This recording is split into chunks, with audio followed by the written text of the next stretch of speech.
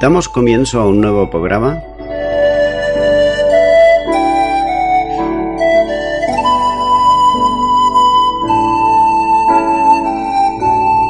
Servidores de Dios.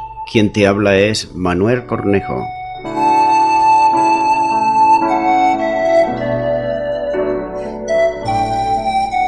Antes de dar introducción a la palabra de Dios, estaremos poniendo una alabanza.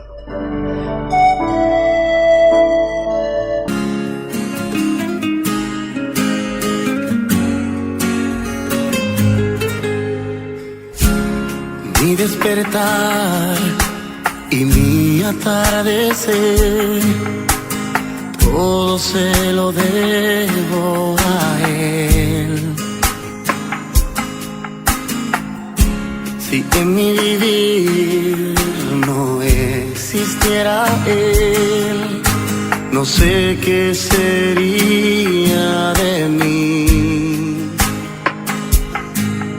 porque todo se lo debo a Él. Todo se lo debo a Él. Todo se lo debo a Él. Mi vida y sustento, mi fuerza y esperanza, se lo debo a Él. Si en mi aliento Él no fuera el viento, ¿cómo podría vivir? Y si de mi corazón no fuera Él el centro, habría un vacío en mí. Y es que todo se lo debo a Él. Todo se lo debo a Él. Todo se lo debo a Él. Mi vida y sustento, mi fuerza y esperanza, todo se lo debo a Él. Oh, todo se lo debo a Él. Todo se lo debo a Él. Mi casa y mi familia y todas mis canciones, todo se lo debo a Él. Oh, todo se lo debo.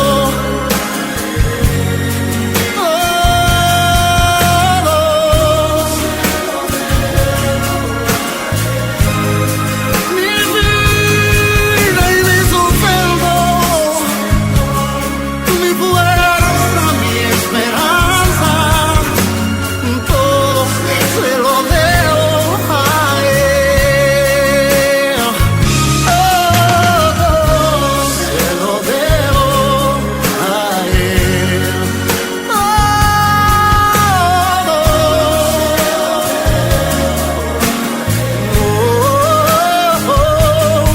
Mi casa, mi familia y todas mis canciones, todo se lo debo a Él.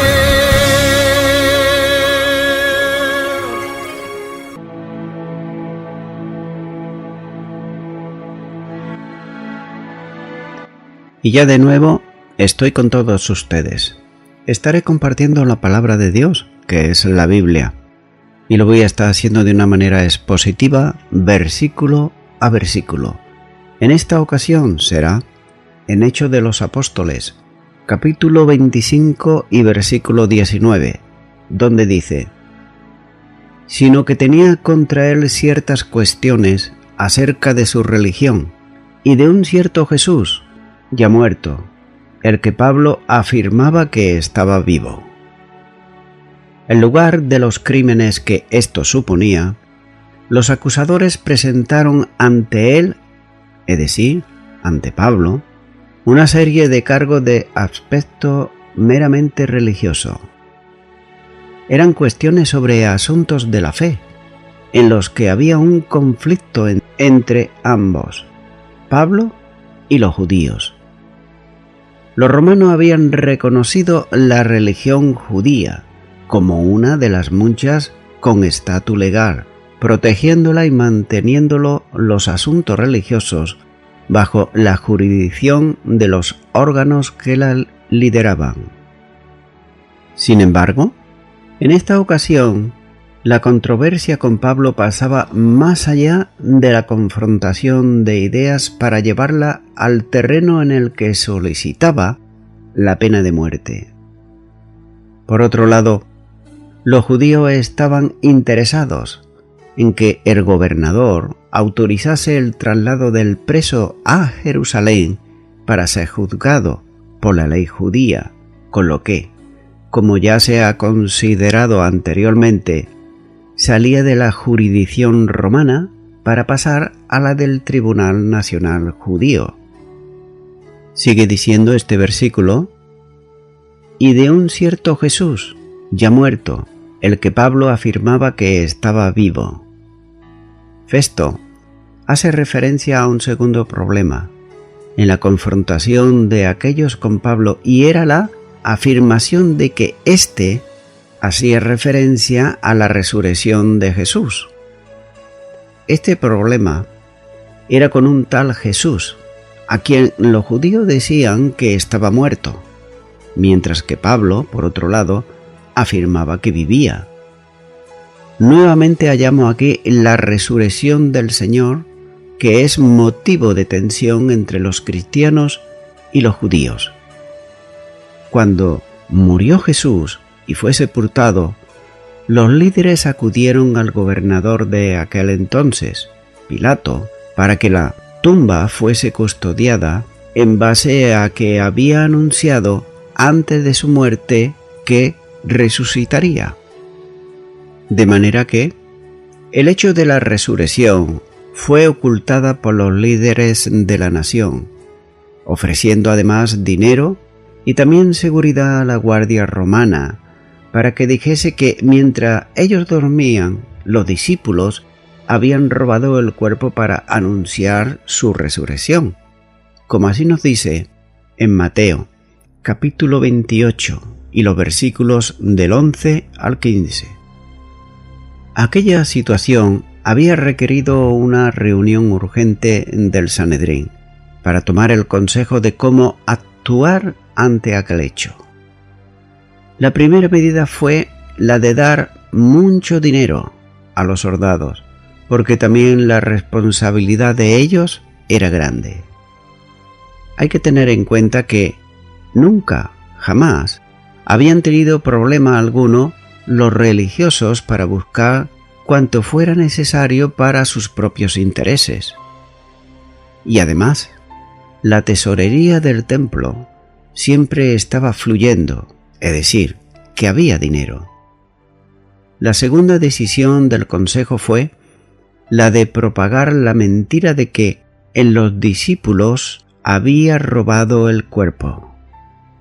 Esta mentira se extendió entre el crédulo pueblo, que no había visto al resucitado. Pero sin embargo, todos los que ahora acusaban a Pablo negaban la verdad de la resurrección de Cristo. Habían sido testigos todos de lo que ahora acusaban a Pablo, negando la verdad de la resurrección de Cristo.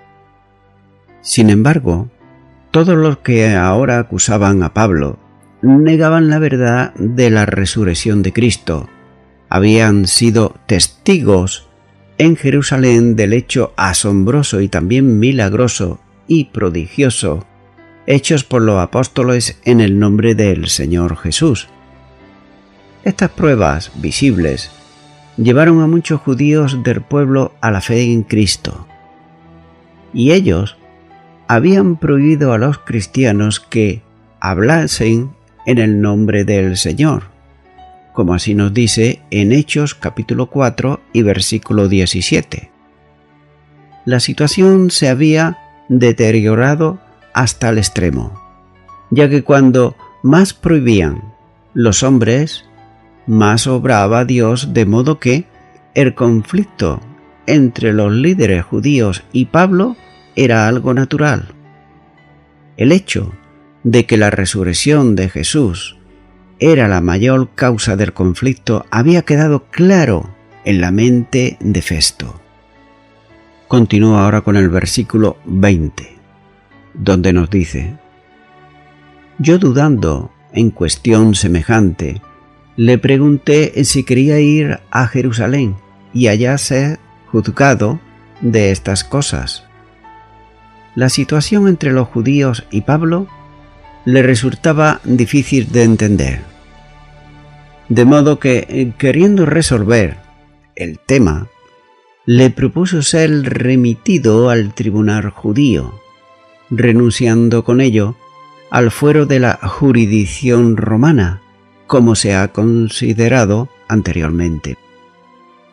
Esto pone delante de Agripa que la propuesta hecha a Pablo tenía que ver con el desconocimiento que tenía de las cuestiones religiosas de los judíos, cuando la realidad es que quería congraciarse con ellos, como así vemos en este mismo capítulo en el versículo 9.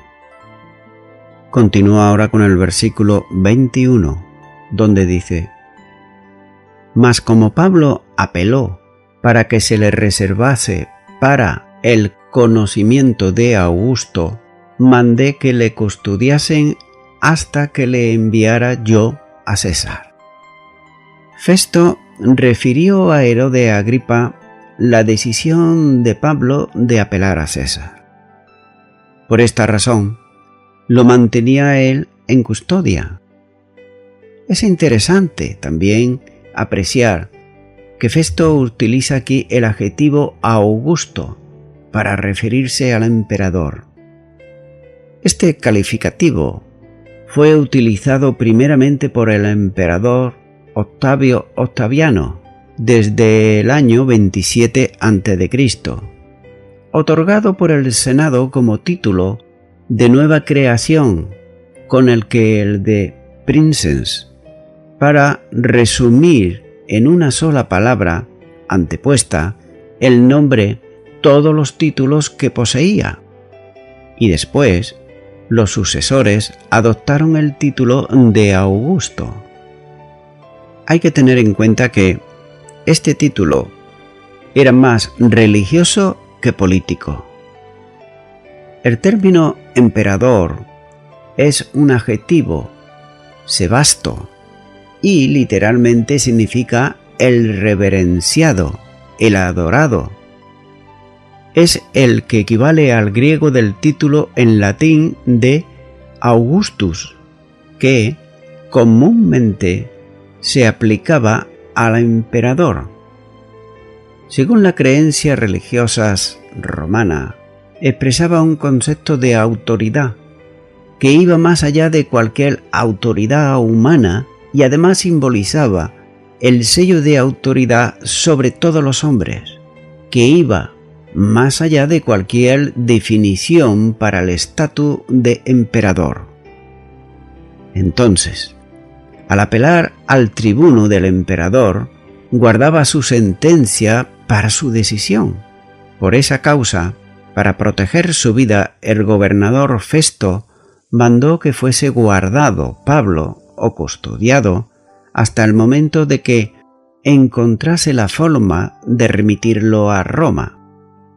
El traslado de este preso debía de ser hecho por soldados de la Guardia Imperial, comandados por un centurión, como veremos más adelante en el capítulo 27 y versículo 1.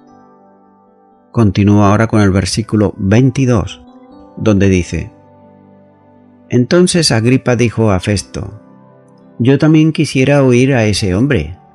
Y él le dijo: mañana le oirás. Agripa estaba en Cesarea, en visita protocolaria y de amistad al gobernador romano, en el mismo lugar que en un año antes estaba viviendo su hermana Drusila, esposa del anterior gobernador Félix. La residencia del gobernador había sido la de su padre y el sitio donde mandó asesinar a Juan el Bautista, mofándose a su vez también de Jesús. Desde que el fundador de la dinastía había cometido el asesinato de los niños en Belén, todos los sucesores se vieron involucrados en actos contrarios a toda ética y toda moral, que sin duda, aún con conciencias endurecidas, tenían que serles apelativos. El comentario que hizo sobre el preso Pablo despertó en el rey un gran interés, ya que los nombres de Pablo y de Jesús juntos le motivaron a oír directamente al preso que predicaba la resurrección de Cristo y que era tenido como líder de los cristianos romanos. Al punto, mostró a Festo su deseo y lo expresó en una forma cortés, usando el imperfecto del verbo que expresa superficialmente el deseo de oír al preso, pero lo suficientemente, por otro lado, cortés como para dejar la situación en manos de Festo, si lo consideraba él oportuno. Como dice Robinson, el conocimiento de Agripa sobre el cristianismo debía de ser amplio. Algunos de sus relacionados con la familia herodiana, el compañero de infancia de Herodes, Antipas, era precisamente un cristiano. Como podemos ver aquí, en Hechos de los Apóstoles, capítulo 13 y versículo 1, donde dice: había entonces en la iglesia que estaba en Antioquía profetas y maestros: Bernabé, Simón el que se llamaba Níger, Lucio de Cirene, Manaén, el que se había criado junto con Herodes, el tetrarca, y Saulo. Así que hallamos que la infancia precisamente de Herodes había sido una infancia juntamente con un cristiano. Notamos que la respuesta de Festo no se hizo esperar. Con un rápido "mañana le oirás", emplaza al rey para una audiencia con Pablo al día siguiente. Sería la ocasión que Dios preparaba para que el Evangelio le fuese anunciado por el apóstol a los gentiles. De primera mano, conocería lo que el cristianismo proclamaba como mensaje al mundo. Con esto, se preparaba para la cuarta escena de la vida de la prisión de Pablo, que Lucas relata en esta acción de Hechos de los Apóstoles. Continúa ahora con el versículo 23, donde dice: al otro día, viniendo Agripa y Berenice con mucha pompa y entrando en la audiencia con los tribunos y principales hombres de la ciudad, por mandato de Festo fue traído Pablo. La vida de Agripa y Berenice era escandalosa. No solo era su consorte, sino también era su hermana. Pero también nótese que la hermana de ellos era Drusila, que era la esposa del exgobernador Félix. La relación incestuosa fue objeto de chismes en toda Roma, donde precisamente Agripa se había criado. Pero también, por otro lado, Berenice de vez en cuando dejaba a su hermano, y nótese que parece ser que era amante de otros hombres, había sido, por ejemplo, amante del emperador Vespasiano y después de Tito, hijo de Vespasiano, pero ella siempre regresaba. Ambos, tanto Agripa como Berenice, son inseparables en la narración de Hechos de los Apóstoles. Ella es, como algunos han sugerido, que dicen que era el símbolo de la adición de Agripa. Y ante estos personajes había Pablo de enfrentarse y predicar a Cristo. Cabe hacerse una pregunta y es la siguiente: ¿por qué invitó Festo al salón a la realeza y a los dignatarios? Obviamente, hay que hacer notar que en la reunión no era un juicio formal, porque Pablo ya había sido juzgado ante Festo y sus acusadores habían regresado a Jerusalén. Además, la reunión tuvo lugar no en una sala de la corte, como así muestra el versículo 6, sino en la sala de audiencia del gobernador. Y para ser preciso, la apelación de Pablo a César inhabilitaba cualquier juicio que estuviera pendiente. De todos modos, Festo no había completado su trabajo en el caso de Pablo, ya que todavía tenía que escribir un documento legal para mandárselo a Nerón, pero públicamente había reconocido su confusión y por tal motivo convocó a Agripa y Berenice, a los jefes militares y autoridades de la ciudad, que le ayudasen precisamente a formular su justificación para enviar a Pablo a Roma. En el corazón de todo el asunto estaba el evangelio que Pablo había venido presentando. Por otro lado, parece ser que algunos eruditos han cuestionado la historicidad del comentario de Lucas acerca de la pompa. Hay quien dice que el despliegue de ostentación es creación de Lucas y no tiene asidero histórico. Pero la historicidad del relato de Lucas ciertamente no está en tela de juicio. Todo lo que tuvo lugar fue un intento de Festo en honrar al rey Agripa. El gobernador le proveyó al rey la ocasión de desplegar su poder real, además cediéndole la silla de juez, de modo que el rey pudiera autorizar a Pablo para que hablase y le permitió al rey que fuese el primero en levantarse, como veremos más adelante en el capítulo 26 y versículo 30.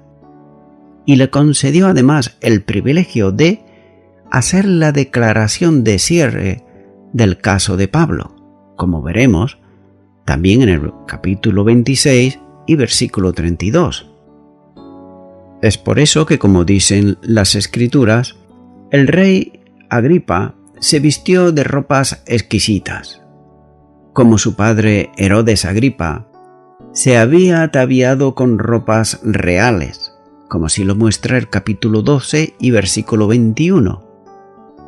Y lo hizo para impresionar al gobernador Festo y a las demás personalidades. Agripa exhibió su realeza por las ropas que usó para la ocasión. Pero Berenice, aun cuando no era reina, ella también hizo exactamente igual. Y los altos cargos oficiales del ejército de Roma, 5 en número, asistieron a la reunión con sus atavíos más finos y lujosos, en respeto por el rey visitante. En cuanto a las altas autoridades de la ciudad, vestían igualmente según la ocasión.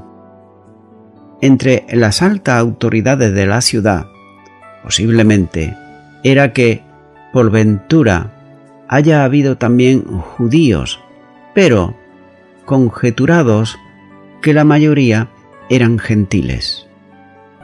Cuando todos los invitados de honor estuvieron sentados, el gobernador Festo ordenó a un soldado que trajese a Pablo. Y Pablo, consciente de las palabras de Jesús, de que sería llevado ante gobernadores y reyes por causa de Jesús, Pablo aprovechó la oportunidad para testificar ante los gentiles. Continúo ahora con el versículo 24, donde dice: Entonces Festo dijo: Rey Agripa, y todos los varones que estáis aquí juntos con nosotros, aquí tenéis a este hombre, respecto del cual toda la multitud de los judíos me ha demandado en Jerusalén y aquí, dando voces que no debe vivir más. Dice la primera parte de este versículo que entonces Festo dijo: Reunidos todos los invitados para oír a Pablo, Festo, como gobernador, hizo una introducción ante todos relativa para ponerle en antecedentes sobre quién era Pablo. Sigue diciendo este versículo: Rey Agripa y todos los varones que estáis aquí juntos con nosotros. La salutación y presentación que hizo Festo comienza por Agripa, el hombre de mayor dignidad, como era rey entre los presentes. Es interesante apreciar que el gobernador se dirigió solo a los hombres presentes, sin mencionar, por otro lado, a Berenice, la hermana de Agripa, como convenía a la costumbre social de la época. Sigue diciendo este versículo: Aquí tenéis a este hombre. Inmediatamente del reconocimiento de los presentes, llama la atención de todos hacia la figura de Pablo, presente ya entre ellos.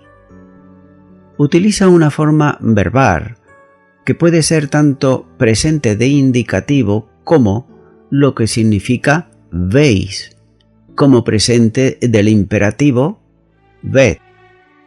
Mayoritariamente, los comentaristas se inclinan por la primera forma, aunque pudiera muy bien considerarse como válida la segunda, ya que Festo estaba tratando de que todos los presentes prestaran atención a Pablo, como si les dijera: mirad a este hombre.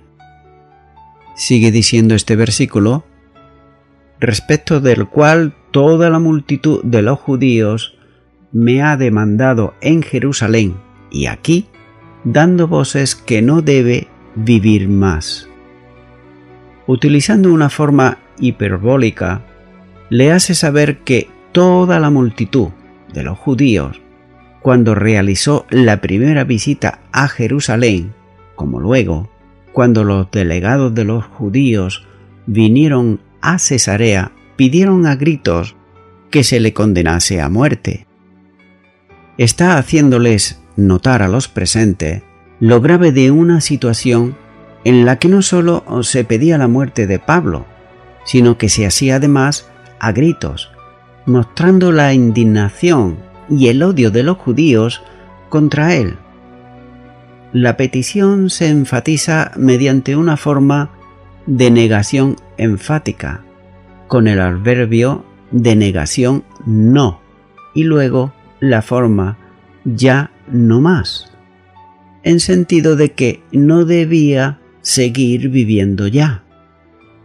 Todos los líderes de los judíos y parte de la gente quería y pedían la muerte de Pablo.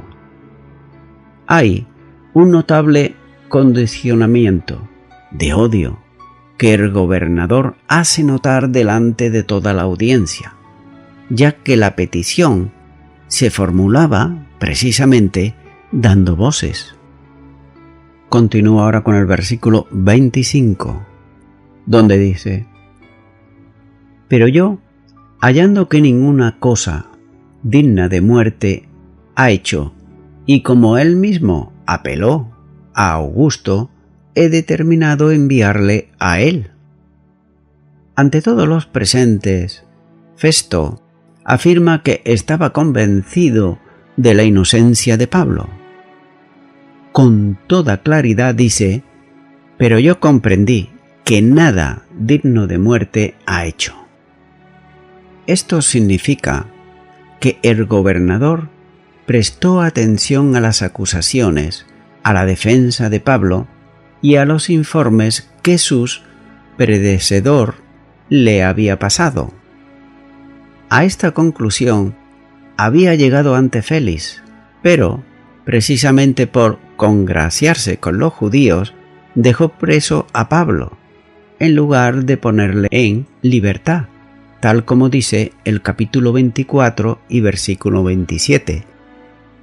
Sigue diciendo este versículo: y como él mismo apeló a Augusto, he determinado enviarle a él. La segunda observación que hace contra Pablo en su apelación a César, al que Festo se refiere llamándole Augusto. La resolución de enviarle al tribunal del emperador ya había sido tomada antes. En el versículo 12 lo podemos ver.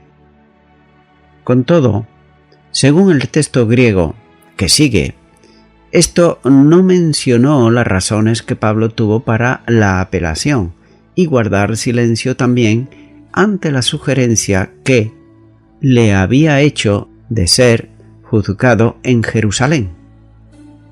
Continúa ahora con el versículo 26, donde dice: como no tengo cosa cierta que escribí a mi Señor, le he traído ante vosotros, y mayormente ante ti, oh rey Agripa, para que después de examinarle, tenga yo que escribir. Festo reconoce su ignorancia frente a un asunto que es consecuencia de un conflicto religioso, de modo que no tiene nada en concreto para escribir el documento que debía acompañar al preso en su presentación ante el tribunal del César. En esta ocasión Festo utiliza el término Señor para referirse a Augusto César. El título fue usado por algunos emperadores como Octavio y Tebario, por considerarlo muy semejante a Rex o rey, lo que implicaba una relación casi de dueño y siervo. Para otros emperadores, sin embargo, lo aceptaron, como era el caso de Nerón. El uso del título supone un conflicto con el cristianismo, que sólo aceptaban el nombre del Señor dado a Jesús. De ahí que Pablo mismo diga que nadie puede llamar a Jesús Señor si no es por el Espíritu Santo, como dice en su primera carta a los Corintios capítulo 12 y versículo 3. La situación llegó a extremos de causar la muerte de muchos cristianos, como era el caso de Policarpo, por rehusar a llamar Señor al emperador, porque suponía negar a Jesús, que era precisamente el Señor de señores. Festo, a pesar de la información que posee, no tenía claro qué escribir al emperador para justificar la decisión de enviarle ante su tribunal. Sigue diciendo este versículo: le he traído ante vosotros, y mayormente ante ti, oh rey Agripa, para que después de examinarle tenga yo que escribir. Por esta razón trajo a Pablo ante la audiencia convocada de ilustres de la ciudad y sobre todo ante el rey Agripa, para que, como experto sobre asuntos judíos, le ayudase a escribir el informe que tenía que enviar a Nerón. Especialmente, había de explicar las razones para el odio de los judíos contra Pablo, en su insistencia en demandar una sentencia a muerte para él. En base a eso, va a entregar a Agripa la conducción del interrogatorio que debía hacerse a Pablo para clasificar las razones de aquella situación. Festo consideraba que después de hecha aquella investigación, tendría material suficiente para escribir al emperador el informe sobre Pablo. Continúo ahora con el versículo 27, el último ya de este capítulo 25, donde dice: porque me parece fuera de razón enviar un preso y no informar de los cargos que haya en su contra. A Festo le parece fuera de razón enviar a un preso sin dar una explicación de las acusaciones que formulaban contra él, ya que no se trataba de un nuevo juicio, sino de una indagación para que pudiera ser confeccionado un escrito congruente para ser enviado con Pablo a Roma. Realmente, solo Festo era el responsable de confeccionarlo. Sin embargo, podía solicitar ayuda de otros para hacerlo. Era, como él mismo dice, un absurdo enviar a un preso sin indicar los cargos que había en contra de él y de los procedimientos judiciales que se hubiesen seguido en su contra. Esto indica a todos que enviar a un preso sin informe era algo fuera de razón, y el emperador, por otro lado, no permitiría que alguno de sus subordinados hiciese tal cosa. Y voy concluyendo ya con esto. ¿Por qué habría querido Agripa escuchar a Pablo? Dos razones despertaron el interés de Agripa para escuchar a Pablo. La primera fue que Agripa era de origen judío y todo lo que tenía que ver con su pueblo le interesaba. La segunda era que muy pocas personas se atrevían a apelar al César para que se revea su causa, y quería conocer a un hombre tan valiente que no temía estar de pie ante el máximo tribunal del mundo. Ahora bien, notamos aquí qué profecía acerca de Pablo se cumplió aquí. Dios le había dicho a Ananías que Pablo sería instrumento escogido para llevar su nombre en presencia de los gentiles y de reyes, y ante el rey Agripa llevó el nombre de Jesucristo. Amigo y amiga oyente, Pablo entró en escena como el judío pequeño, fabricante de tiendas, con las manos encadenadas, y sin embargo, desde la primera palabra que pronunció, dominó la escena. Algunos hombres y mujeres tienen algo que le hace especiales, pero cuando un hombre o una mujer tiene a Cristo en su corazón, no tiene algo, sino que tiene a alguien, ya que Jesucristo resucitó y Él vive y reina, y además la persona que tiene a Cristo en su corazón es hacedora de la palabra de Dios, y en tal situación, como era el caso de Pablo, ¿a quién temerá entonces?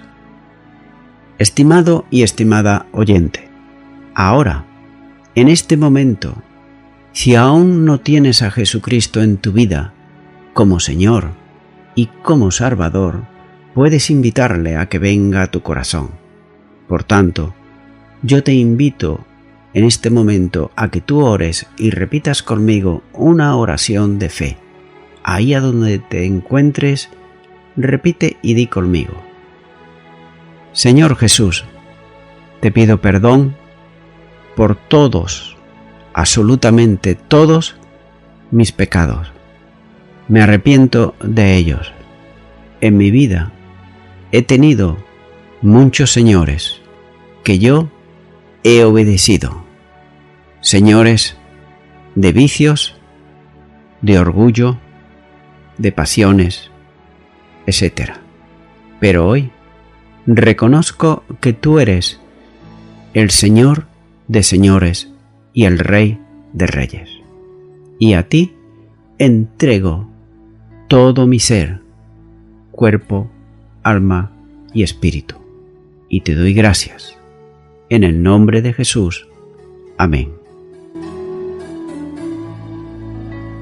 Amigo y amiga oyente, si tú has hecho esta oración de todo tu corazón, te recomiendo que comiences en primer lugar a orar a Dios en el nombre de Jesucristo.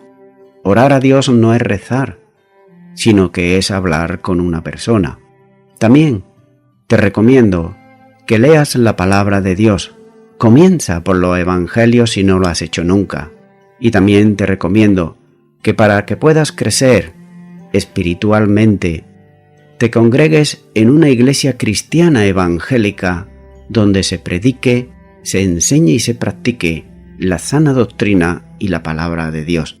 Congrégate ahí y con el tiempo crecerás espiritualmente y podrás servir al Señor Jesucristo.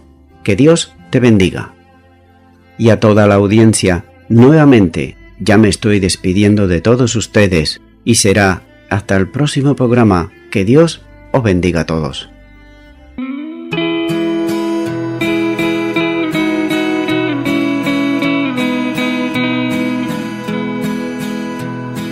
Llevo conmigo una espada que desde el cielo me fue regalada. Es tan cortante, es tan impresionante. He aprendido a usarla y ya no hay problema que frente me haga. Quien venga contra mí, de seguro se ha de ir.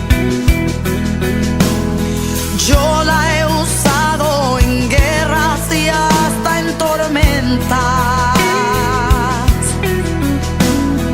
Ella me ha abierto caminos, me llena de fe. Y ahora canto victoria porque hablo lenguaje de fe. Y ahora siento su gloria cada vez que declaro el poder. Los muros se caen, las puertas cerradas se abren, porque he aprendido a hablar el lenguaje de fe.